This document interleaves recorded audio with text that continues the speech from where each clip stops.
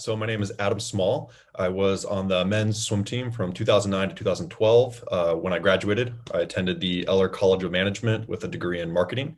I had a real strong passion for entrepreneurship right out of the gates. I had a website startup essentially my very last semester of school, and that kind of led me down the path that I'm in today, which is almost 10 years down the road, which is kind of crazy to think.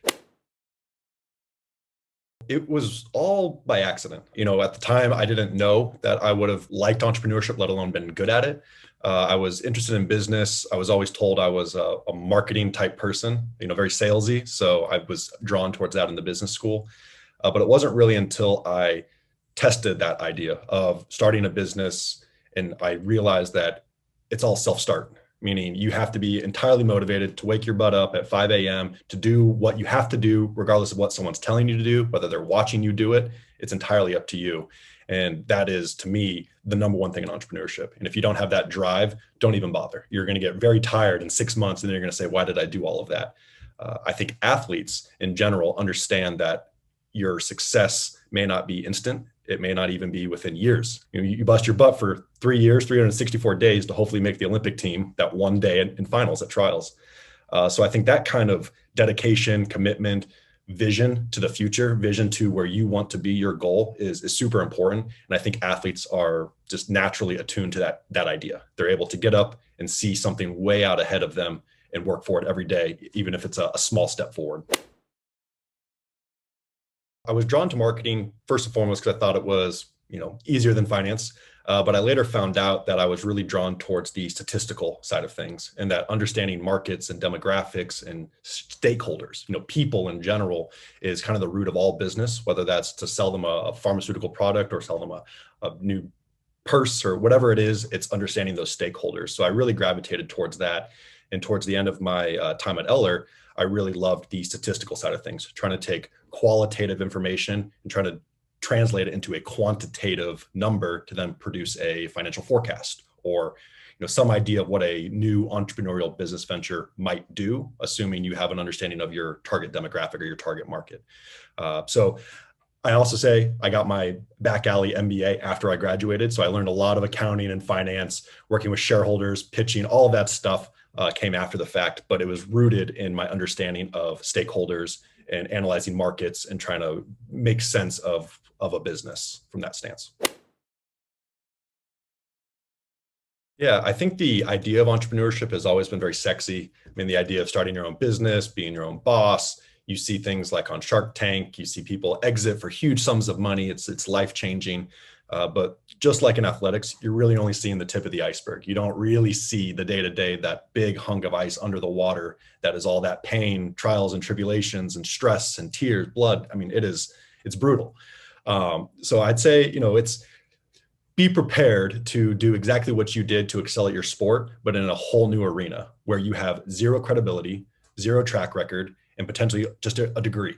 And that, unfortunately, is not even enough in entrepreneurship because you have to prove now that you can apply that degree. So it's tough. But I would say for anyone who is truly excited about an idea, they are passionate about it, obsessed about it, do it, pursue it entirely.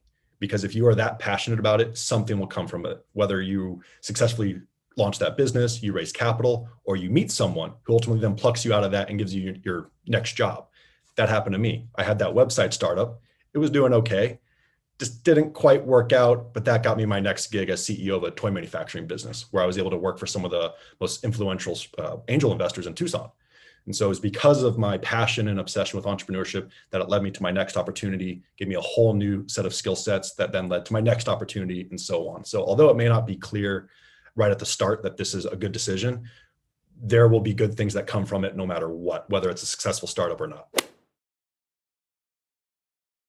So whether they want to be an entrepreneur or they want kind of your typical corporate job, I think understanding entrepreneurship in general is invaluable, meaning having some level of understanding of basic accounting, basic finance, what is marketing, who does the CEO report to, a board of directors, who do they report to, the shareholders. Kind of just getting an understanding of how a business works will make you an exceptional employee for any business, whether you're entry level, call center, or you become the CEO someday.